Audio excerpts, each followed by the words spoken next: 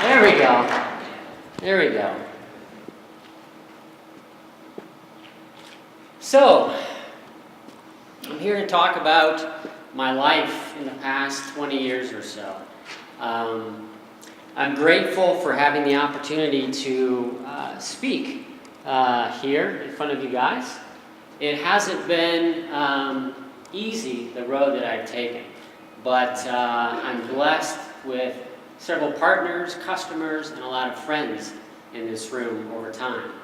So in the next 20 minutes or so, I want to impart the last 20 years or so of my life, so I'm going to talk pretty quick. But I also want to talk about something that's really hit home, a question that I haven't really shared to any great degree until this moment. So I've got some notes that I'm going to try to follow as I go along, because what I'm going to say, I think is pretty important. Not only what's happened in my life, but what could happen in yours. So I'd like to start off with a question, if I could. One that you may have heard of before, but let me get to it. What moment in your life made you rethink or first think to evaluate your purpose, your why, and really awaken your heart and understand kind of your path forward? Perhaps this question is one that you have yet to define. Perhaps it's one that you've already defined. Maybe there's something along the way that has caused you to rethink this at some point or another. Maybe it's still very fluid, like it has been for me. But whatever it is, I would argue that it's one of the most important questions not only to answer, but to continually refine, because nothing is more important in life than living it in a way that brings fulfillment. So for me, this question is something that became a reality and very crystal. You see, in my younger years, I thought that for some reason that the future would mean more than the present. That if I toiled and paid my dues through working basically all the time, and I'd somehow reap the rewards of a life that was fulfilled. But I gotta tell you, I was wrong, and to a big degree. So as I look back to all of those years, I find that there's a thread that has ran throughout my life, and that is fear. I mean, does anyone experience this? Does anyone fight this? Does anyone give in to this? It's one of the strongest forces that can shackle us. And in many ways, my business, you won't believe it, became a prison. So all of us here understand that building a business is a huge commitment with long hours, stress, worry, and the feeling of uncertainty at times. It's a labor of love that can easily steal our time, upset our balance, and blind us if we're not careful. You see, growing up, I didn't really have certainty or security. My family always struggled financially. And for me, that stuck with me for a very long time. But in another sense, it drove my hunger and thirst to succeed. So in one case, I'm blessed, but in another case, I'm not. The root was fear. Fear that I wasn't going to measure up. Fear that I wasn't going to be in control. Fear that I couldn't make it or sustain it, or fear that I would end up struggling financially like my parents did. So don't get me wrong, I love my business and how we transform lives by what we do. As a matter of fact, it was in the late 90s, when I started my company. It was in my senior year of college, and I became a marketing person for a laser tag center to fulfill my business credits, my internship back then. I went to Butler University in Indiana. While there, I had talked to the owner, though, about expanding the operations and opening additional stores. We also talked about him imparting ownership to me and even being able to buy in over time. So needless to say, as a young entrepreneur, I was pumped in that I was wrapping up my last semester of school and I had a career, a job, a future. But about 2 weeks prior to my graduation, life interrupted because I got a call from the owner and he had sold the store's assets to a group in the South. So he was getting out of the business. He was opening up a medical clinic. And that was it. The last thing he told me on the phone was that you're still young and you'll find another job. Can you imagine what I was thinking at that time? I mean, what was going through my head? Without notice, I felt like the rug literally was grabbed and pulled from underneath me. I lost my opportunity that I was so excited about in college. And I also lost my paycheck. So there I was, $317 in the bank, 2 weeks before graduation. I just signed an apartment lease. I don't have a job. I have no prospects of getting a job. Not a great day. But I'll tell you what, it was a pivotal one, because it forced me to kind of push myself outside that box that I put myself in and step up. A few days later, I remember I was with my grandpa on his porch and was telling him about the story and what happened. And then he shared some of the stories about his father, my great-grandfather, who immigrated here back in 18-something or other when he was 16 from Germany. He talked about his life growing up and some of the challenges he had as a cabinet maker and a craftsman. But more importantly, what he talked about that really sank with me, what really sat well, was the lessons he learned. The one that really stuck with me was this. He said with each disappointment would come an opportunity, but only if you kept your life in balance and your perspectives in check. So he got back up, he went inside, he came back out with a couple glasses of iced tea, of course, and with this right here, a level.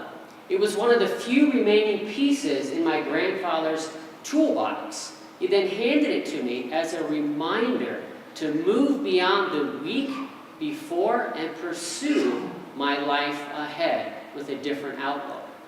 That conversation was basically the spark that ignited my passion within me to start my business in the midst of my uncertainty. Soon after, Creative Works was born on my kitchen table. And I got my first client, guinea pig, and became a real entrepreneur, kind of shadowing in the footsteps of my great-grandfather. So me, myself, and I, along with 3 other friends of mine, spent 4 months working at a client's location. And I remember sleeping there a handful of times in one of the fiberglass caves that we built. It was nonstop. Every credit card I had maxed out. But when we were finished, it was epic.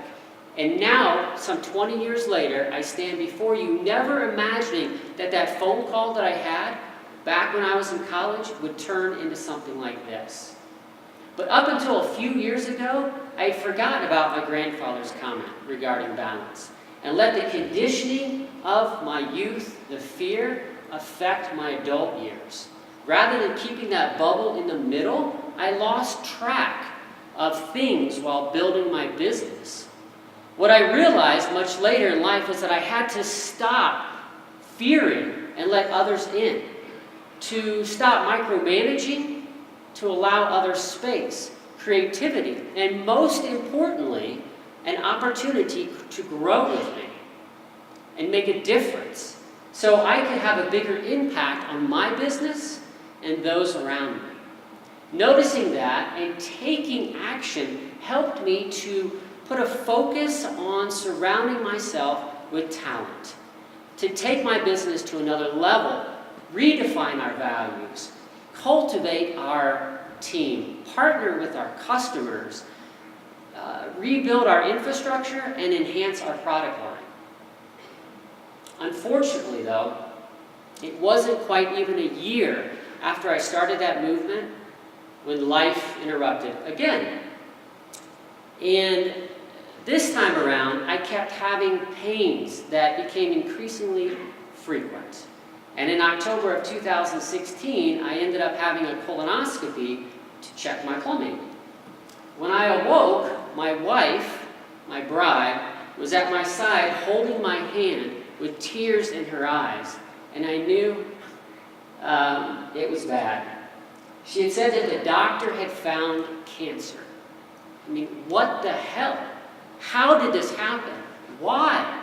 There was disbelief, distress, depression, fear, uncertainty, and doubt. I mean, no one is ever prepared for such news. It's frightening based on the statistics.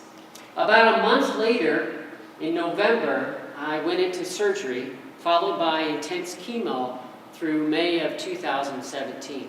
It sucked like no other. But in the midst of that mayhem, something amazing happened. And it was this. My team rallied as I found myself needing to step away from the business. It was tough to release control as a control freak, but what I found was that through that process, my team took the reins and expanded upon our business to create something more than I could have ever done by myself. And by doing so, the fear that drove me early in my life disappeared.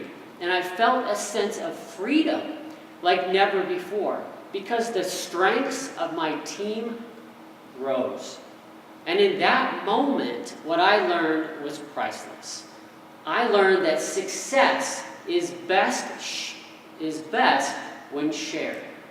Success is best when shared.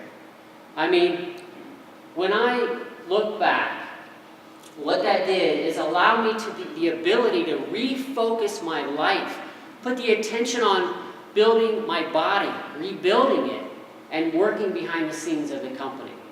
And although I'm not through the storm yet, I'm appreciative of the time and the lessons I've learned while going through it. For me now, it's about going through what I'm growing through. Because when you face fear, whatever it might be, you grow. Sometimes life tests, pushes us in an effort to uncover our limits, right? To expand our eyes and see what waits just beyond our fingertips. Julius Caesar, the Roman emperor, who set out to conquer England 2,000 years ago, declared that if you want to take the island, you need to burn the boats. You see, when he landed at the coast, his group, his soldiers, knew that they were outnumbered. And so what he did is he actually burned the boats. So that by doing so, there was no hope unless his team, his soldiers, basically conquered England. So today, I believe we've got to stop negotiating with our minds. We've got to be unshakable in what we do. We've got to see ourselves in a different light. Helen Keller said that life is either a daring adventure or nothing at all. Rekindling the passion in the things that have taken a backseat in your life are worthy of your time, as they've been for me. Your marriage, your body, your health, your spirituality, your dreams, your hobbies, your bucket list, and everything in between. Through my journey, I've learned to see the world through a different lens that now empowers me versus traps. For me, that lens represents my new mindset, my new attitude, my new focus, and how I look at different situations around and within me. Only when the darkness surrounded me did I see the light again and really learn the value of how precious time is. I mean, no one can see the future of what tomorrow is going to bring, but this journey that I took has taught me to turn my shoulds into musts, to be impactful in what I do and what I say out of love and respect, and most importantly, make my moments count. Because life, for me, will never be the same again. One last thought that I wanted to share, and it's perhaps the biggest realization that I ended up coming to as I've been reimagining my life through all of this.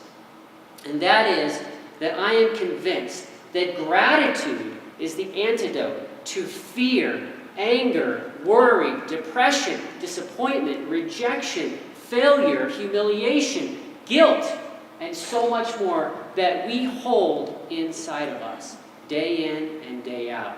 When you have gratitude and appreciation, much can be done, much can be gained, and much can be shared. Thank you.